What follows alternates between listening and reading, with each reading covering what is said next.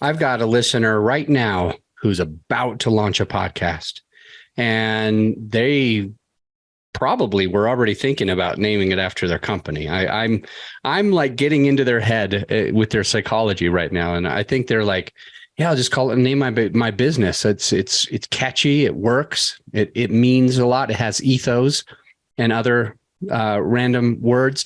It's got all these things. So what would you say to them? First and foremost, you got to do a deep dive on who your listener is. And when I say deep dive, I don't mean just like tell me who they are, what age they are, what they do for a living. I mean, get to know what are the problems that are keeping them up at night. This gets into the psychology piece. What are they laying at night awake, staring at the ceiling, worrying about? What are their deepest fears? What are their biggest desires? What's the transformation that they want that you can help them achieve with your expertise that you're hoping to help them achieve on your podcast? What is it that they want and what's keeping them from getting it? What are the beliefs they have about themselves that are keeping them stuck, holding them back from being able to achieve that transformation?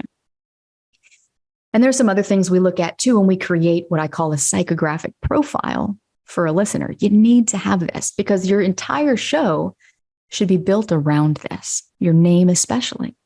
Because what's one of the first things someone's going to look at when they're scrolling through a category or typing in a search term? They're going to see the cover art and they're going to see the show name.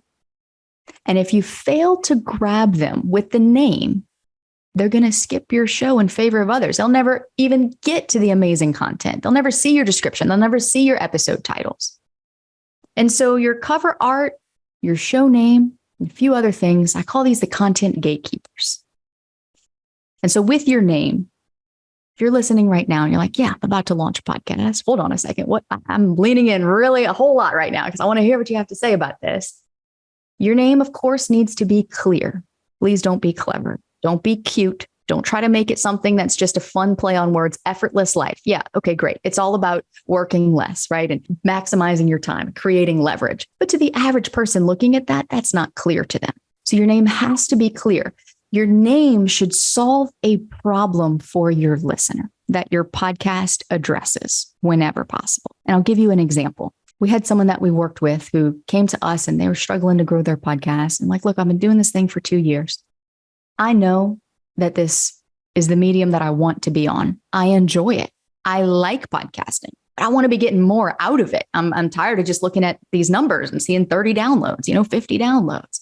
And the name of the show was Move Forward Anyway. Now, when you got an understanding of who this host was and the work that they do in the world, what this person does is they help professionals take the leap of faith to go after a big dream, whether that's leaving the corporate world and starting a business, maybe writing a book or some other venture. So when you got that, then it's like, okay, the name kind of makes sense. Move Forward Anyway. It's about moving through your fear and taking this leap and creating an action plan and going after that dream. But to the average person who's scrolling that, they don't know who the host is. They don't know what that show is about. They don't know what the host stands for. So why should they care? So he was losing listeners because the name wasn't grabbing them. So we got into his listener psychology. We're like, all right, look, what is the biggest fear that your listener's dealing with? And for his particular listener, the biggest thing blocking them from going after that dream was right here, 6 inches between their ears. It was self-doubt. So he renamed his podcast to Stop Doubting Your Dream. And that's a name that better addresses the pain point that his listener is experiencing. Because if someone's scrolling through self-improvement and they're looking through that category and they have a dream that they haven't been able to take action and they see that, it's likely going to give them pause and maybe create enough intrigue to get them to click. And that's the first step. That's where we have to start. Before we can even hit record and deliver all this amazing content, we got to be able to capture their attention.